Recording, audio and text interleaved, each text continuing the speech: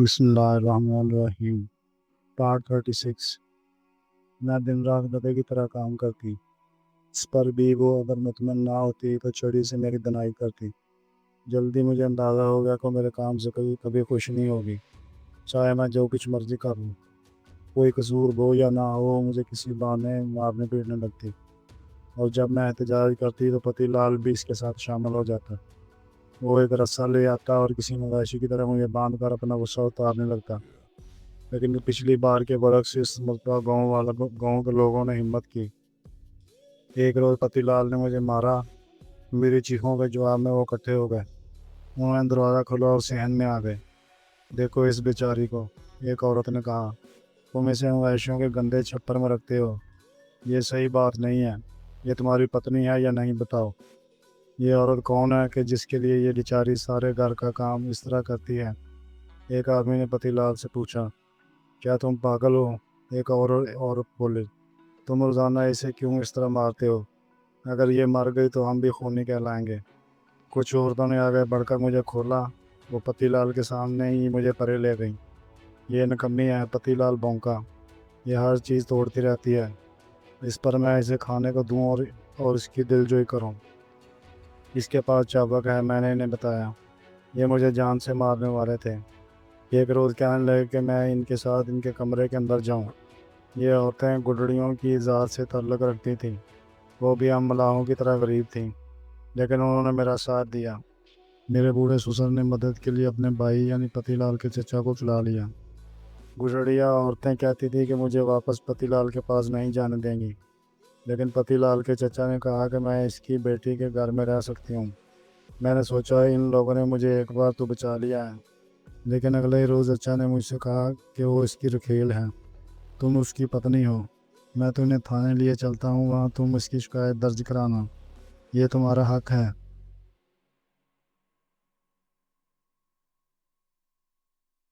میں نے اس سے کہا کہ میں پتی لال کی پتنی بن کر نہیں زندگی گزارنا چاہتی۔ پتی لال تم سے نجات حاصل کرنے کے لیے ہر باز مارا ہے، چچا نے کہا، لیکن ایک بیاہتا عورت کے لیے یہ بڑی بے عزتی کی بات ہوتی ہے کہ اس کا پتی اسے چھوڑ دے، تمہاری زندگی تباہ ہو جائے گی۔ اس نے مجھے خبردار کیا۔ اس دوران گاؤں کی پنچایت بیٹھی۔ اس نے یہ فیصلہ کیا کہ پتی لال کی پتنی ہونے کے ناطے مجھے اس کے گھر میں رہنا چاہیے۔ اگر آئندہ اس نے مجھے مارا تو اس کو عدالت میں لے جایا جائے گا۔ اگلے روز ابھی سورج نہیں نکلا تھا کہ پتی لال نے آ کر مجھے مویشیوں کے چھپر میں سے اٹھایا اور بڑے نرم لہجے میں کہا کہ میں اپنی چیزیں باندھ لوں، وہ مجھے گھر لے جا رہا ہے۔ اس نرم لہجے میں اس نے مجھ سے کبھی بات نہیں کی تھی۔ مجھے کچھ شبہ ہوا، لیکن بہرحال میں نے وہی کیا جو اس نے کہا۔ اس نے مجھے اپنی کالی سائیکل کے ڈنڈے پر بٹھایا اور ہم روانہ ہو گئے۔ راستے میں سڑک کنارے سائیکل روک کر اس نے پھل بھی خریدے اور مجھے کھانے کو دیے۔ جب ہم جمنا کنارے پہنچے تو اس نے مجھ سے کہا، اپنے کپڑوں کی گٹھڑی اٹھاؤ اور چلی جاؤ، تمہارا گاؤں اب زیادہ دور نہیں ہے۔ نہیں، میں نے احتجاج کیا، میں اکیلے نہیں جاؤں گی، لوگ سوچیں گے میں بھاگ کر آئی ہوں، انہیں پتہ نہیں چلے گا کہ میں کیسے واپس آئی ہوں، اکیلی یا تم مجھے چھوڑ کر گئے ہو۔ میادین مجھے مارے گا اور میری ماں بھی، تم انہیں بتاؤ جا کر۔ اس نے غصے میں اپنا سر جھٹکا اور سائیکل وہیں کھڑی کر کے کہنے لگا، میں کسی کشتی والے کو دیکھتا ہوں۔ میں وہیں کھڑی رہی، مجھے یہ یقین تو تھا کہ وہ اپنی نئی سائیکل چھوڑ کر کہیں نہیں جانے والا۔ اس نے بڑے چاؤ سے ان پیسوں سے خریدی تھی جو باپو نے اسے داج کے طور پر دیے تھے۔ یہ اس کے لیے مجھ سے زیادہ قیمتی تھی۔ لیکن کئی گھنٹے گزر گئے اور رات ہونے لگی، مگر پتی لال کہیں دور تک نام و نشان نہ تھا۔ سردی ہو رہی تھی اور میں اپنی گلابی ساڑی میں سکڑی سمٹی ریت پر بیٹھی تھی۔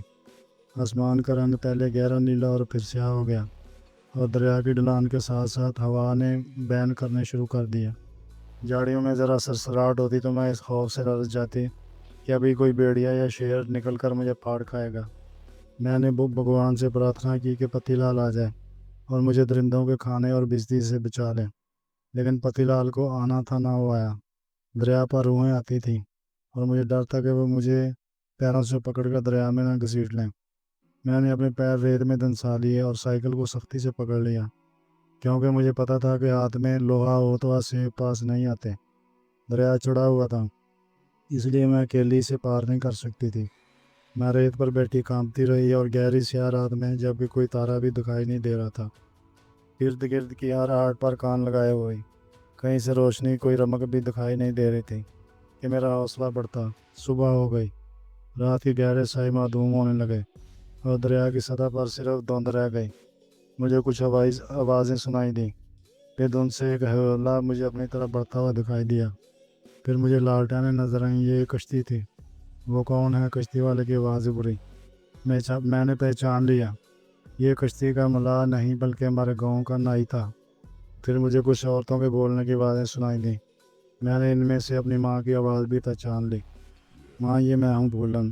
ماں کشتی میں سے اتر کر میری طرف بھاگی اور دوڑ کر مجھے اپنے بازو میں بھر لیا۔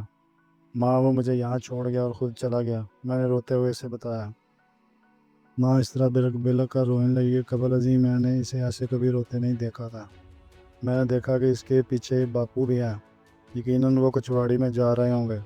باپو نے ہمیشہ کی طرح دونوں ہاتھ میں اپنا چہرہ چھپایا اور رونے لگا۔ او بھگوان، وہ چیخا، اب تم نے میری معصوم بچی کے ساتھ کیا کیا ہے؟ مجھے نہیں پتا کہ وہ کون سی گھڑی تھی پھولن جب میں نے تمہیں جنم دیا۔ ماں نے روتے ہوئے اپنے سر کو ہلاتے ہوئے کہا، پتہ نہیں بھگوان نے تمہیں کیوں بے آسرا کر دیا۔ خوف اور سردی سے ابھی تک میرے دانت بج رہے تھے۔ اماں، مجھے بھوک لگی ہے، میں نے کہا۔ آؤ آؤ، واپس گھر چلتے ہیں، میں تمہیں گرم دودھ پینے کو دیتی ہوں۔ او نہیں مولا، ایک آواز نے چیخ کر کہا، اسے گھر نہ لے جاؤ، اسے میادین کے پاس لے جاؤ، اسی نے اسے پتی لال کے ساتھ جانے پر مجبور کیا تھا۔ جاری ہے۔